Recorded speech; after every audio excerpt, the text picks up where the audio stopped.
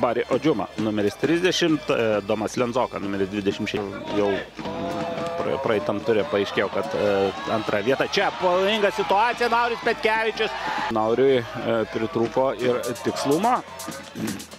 Kamuolys pakeliamas, bet įžaidžiamas. Bandė ten įvesti kamuolį Žygimantui Baltrūnui. Tuo tarpu čia jau ataka Donatas Kazlauskas, kairė koja ir tiesiai.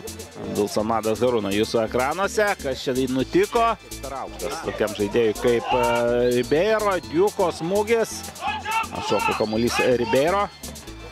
Dar kartą Diukas, vėl Leo Ribeiro. Gali smūgiuoti, atrodo, ir dešinę koją. Taisosi ant kairės. Ribeiro. Ir Ignas Plūgi U19 rinktinių toksnių santykius aiškinsis tarpusavį Anglija Škotija. Irgi toks istorinis susitikimas, istorinės dvikovos. Čia štai toks smūgis ir Vincentas. Toks istorinis susitikimas, istorinės dvikovos. Čia štai toks smūgis ir Vincentas šartu kamuliu. Ir kuomet tiek didelėm tokiom jėgom atakuoja, jeigu prarandi kamuolį, gali laukti nemalonumų. Leo Ribeiro baudos aikštelė.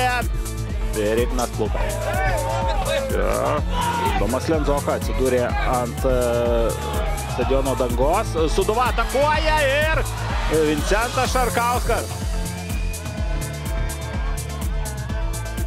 Numestas kamuolys, smūgis rikošetas ir kiek nedaug trūko.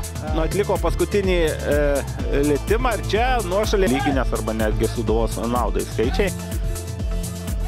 Zučiuko į dešinę, Tangiry, prašoka.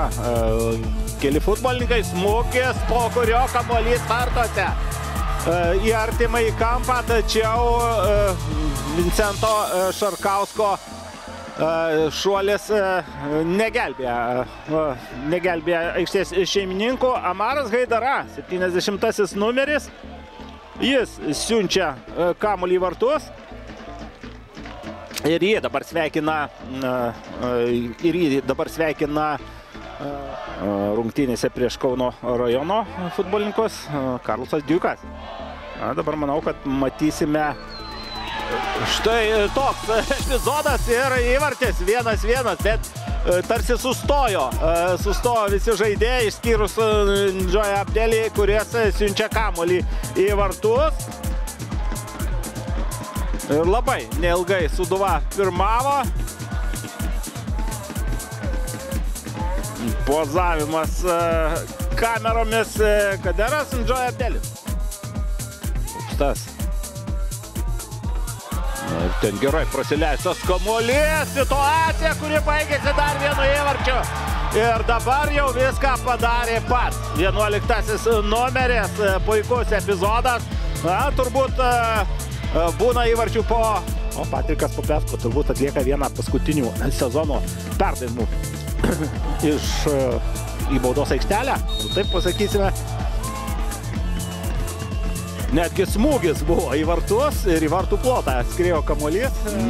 Ko gero, Marijampolės futbolininkams jau nepavyks suorganizuoti atakos. Taip yra, aidi. Tiesiog Donato Rumšo švilpukas, skelbiantis sezono pabaigą šioms dviems komandoms.